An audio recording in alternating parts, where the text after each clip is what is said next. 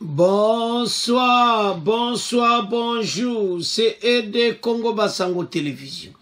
Comme toujours, avant de commencer notre émission, nous disons merci à Dieu. Nous disons merci à nos chers abonnés et téléspectateurs qui nous suivent partout dans le monde et en RDC. Bande Konanga, soyez les bienvenus. À la une, chers téléspectateurs, émission à l'élo bandeko, tu peux parler sur Oyo Ezo Salama na Nord Kivu, Oya presse bandeko, Oyo bakendaki kotala, ko vérifier le départ Yabatu Oyo, alors bakendaki ko vérifier presse. Voyage à presse bandeko, koyeba qu'est-ce qui se passe. Zomona. Alors, bakendeki, batambolaki, mais en tout cas, oyo ba vivaki bandeko. Ba moni ba 1-23. Na ba zone ba na Kibumba. Na Bunagana. Ba moni pena bango en civil. Parce que selon EAC, il fallait même la presse va vérifier. Alors, presse a tambola ki na bango. Na ba caméra et tout ça, nde bozoma na ba photo et tout ça. Parce que la situation est confuse. Alors, nde bozoma na photo wana presse penza. Ba tamboli, ba komi pe ba moni. Batu wana bazakaka. Mais baza sur le loka olobati, ba kombata ko batama.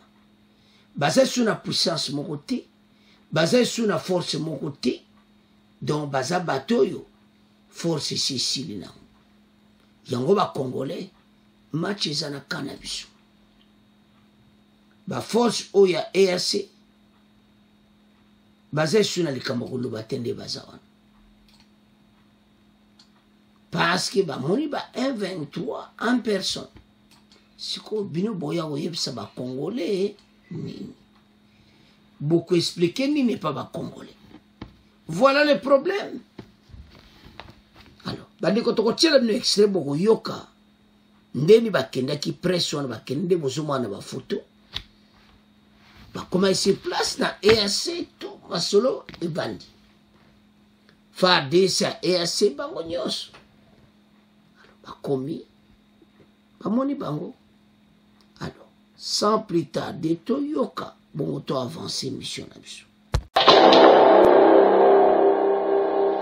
Le commandement de la force régionale de l'EAC a organisé hier mardi un voyage de presse dans les zones où elle est déployée au Nord Kivu.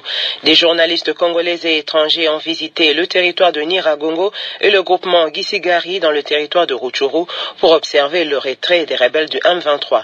Selon des témoignages recueillis sur place, les hommes du M23 restent visibles dans la zone, mais habillés en tenue civile, ce qui justifie le retour timide de ces déplacés. Ils préfèrent rester dans les sites au nord de Goma en attendant, disent-ils, le déploiement de l'armée congolaise dans leur village. Le point avec Rosalie Zawadi. Pour la première étape de ces voyages de presse, les journalistes partis de Goma sont arrivés à Kibumba dans les territoires de Nyiragongo et visité même les bureaux du territoire. Dans les territoires de Rutshuru, ils ont visité la population de Rugari et les camps militaires de Rumangabo. C'est dans ces camps que les contingents kenyans et sud-soudanais ont installé leur base. Les commandants du contingent kenyan, les lieutenants-colonels Obiero, rappellent la mission de la force régionale. Le travail qui nous a été donné ici était premièrement de contrôler les zones et ensuite travailler avec nos compagnons de FRDC pour neutraliser l'ennemi. Nous devons aussi veiller au respect de la loi. Une autre mission que les chefs d'État nous ont confiée est de faciliter aux agences humanitaires l'accès dans ces zones pour acheminer l'assistance dont la population a besoin. Selon les témoignages recueillis dans les villages, plusieurs hommes du M23 ainsi que des militaires rwandais seraient présents. Les habitants ajoutent même que des positions rebelles situées sur les hauteurs des collines dans cette zone n'auraient pas été démantelées. Et c'est cette situation qui justifie les retours très timides des populations déplacées dans la zone malgré les déploiements de la force de l'EAC d'après les mêmes témoignages. Nombreux déplacés disent attendre l'arrivée des FARDC dans les territoires de Rutshuru et Nyiragongo avant de regagner la zone. Goma, Rosalie Zawadi. Alors, bande kotolandi, peuple a moni moité, balobi, en tout cas, batu oyo lokola bakete, biso tokozonga na bandako na biso ti.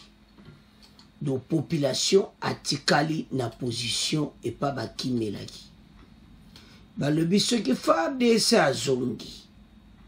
Wanande biso tokei. Alors, nde bozo mwana na presse, bazaki FARDC, vraiment, bake ba vérifier nde bola un extrait bango wana pe presse, batambolaki bamoni. Alors, ils ont mwana clairement été bakiti. Alors, ndambo batikali wana. Yango nde zobenda dossier munene. Yango sobolana ki émission ya Congo News 24 okomona clairement été batoyo bazana ba agenda mosusu ya ke guerre kozonga et tout ça. Mais na conseil de sécurité balobaki yango. Alors bolandi général Kenya wana ya lobi ke bango osa musana bango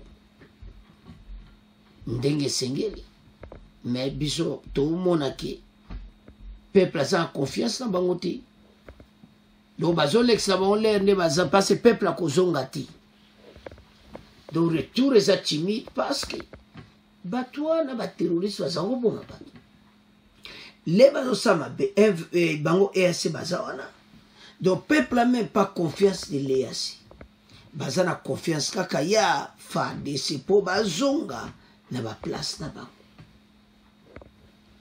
Yango bozomona ke match pene zobeta mandega mobulu o baloba ke sie yindi. Voilà les dossiers. Alors bande konangai tolandi biso nyonso nde bozoma FARDC bango wana na Bunagana Kibumba Rumanga tamboli penza Kiwanza Rutshuru partout mais ba moni quelques 1-23 en civil. Bon, un civil, on a sauté les abattus, on a déserté la plupart des Tolobaki. Tous en ont à l'aise. Match, ils en ont tous gagné en haut. Oh, balbaki, si yindi, bateau va comme un problème. Alors, voilà le dossier. Bande quoi nous avons bande quoi faire des SME, balati, nini, ben si, il y a EAC. Pour travailler dans le cadre EAC, mais ça va faire des SME. Et en tout cas, l'équipe ya EAC FARDC zanakati. Match ezana cannabis surtout bangati. EAC bako kena bango pe FARDC a remplacé bango. Mboke comme na kimia. Mais il faut tous la blender. Parce après départ à bateau yo. Président Kagame a préparé penaki azonge la bitumba. Mais kusimbate. Les 1-23 éparpillés partout, mais pas ça visible. Alors, talane masolango eza, oba le bakamatch eza mobulu. Donc, ça a un problème. Voilà. Et on te ça bandeko. Et tes matchs eza na cannabis, bisonito za na kimi. FARDC, bende le koyate, bo se préparer makasi, tant kaba et aso bazo quitter. Bino de yabo sa wana naba bibunde la makasi poto kimisa barwandi. Alors c'est à ce point que comment clôturer mission abiso pour continuer à s'abonner massivement. Au revoir, à la prochaine.